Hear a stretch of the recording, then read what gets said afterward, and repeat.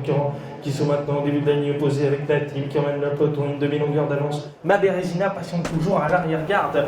Les concurrents qui sont maintenant à moins de 100 mètres du disque final avec Gollaway qui va s'imposer dans cette épreuve de bout en bout. Préparons sa rentrée sur l'hippodrome d'Auteuil. Elle s'impose ici sur l'hippodrome de Sablé-sur-Sarthe. Lovely Laura a très bien terminé et sera deuxième le long de la corde. C'est un investissement total, c'est sûr, aussi bien en énergie, parce que quand on commente, c'est quand même, on fait un effort aussi, pareil que les jockeys ou les chevaux. Mais pour moi, c'est rien, parce que c'est ma passion, et puis c'est un total investissement. Mais j'adore ça, donc voilà, il n'y a pas de souci là-dessus.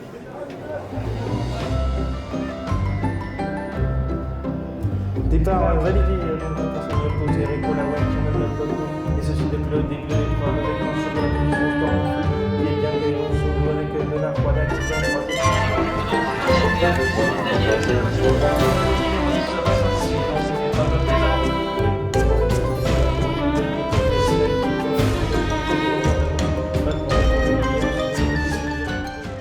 J'ai commencé à commenter les courses, je devais avoir une dizaine d'années. J'étais devant mon ordinateur, voilà, à couper le son et à commenter la course sur mon ordinateur. Et même avant ça, tous les programmes de course auxquels j'allais, je les gardais pour réinventer les courses et les récommenter avant de me mettre devant mon ordinateur.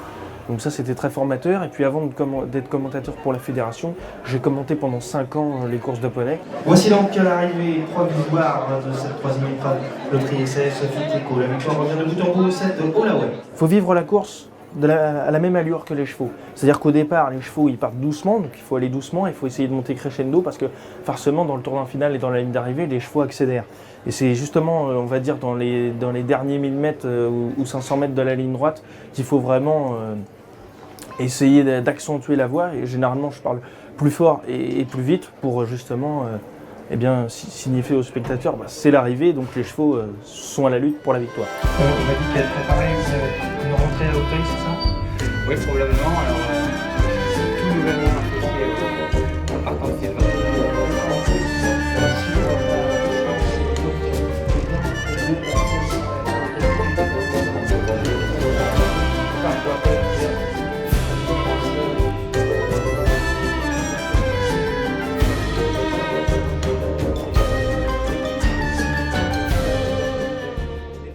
Le fait que je sois jeune dans les courses, c'est très bien perçu.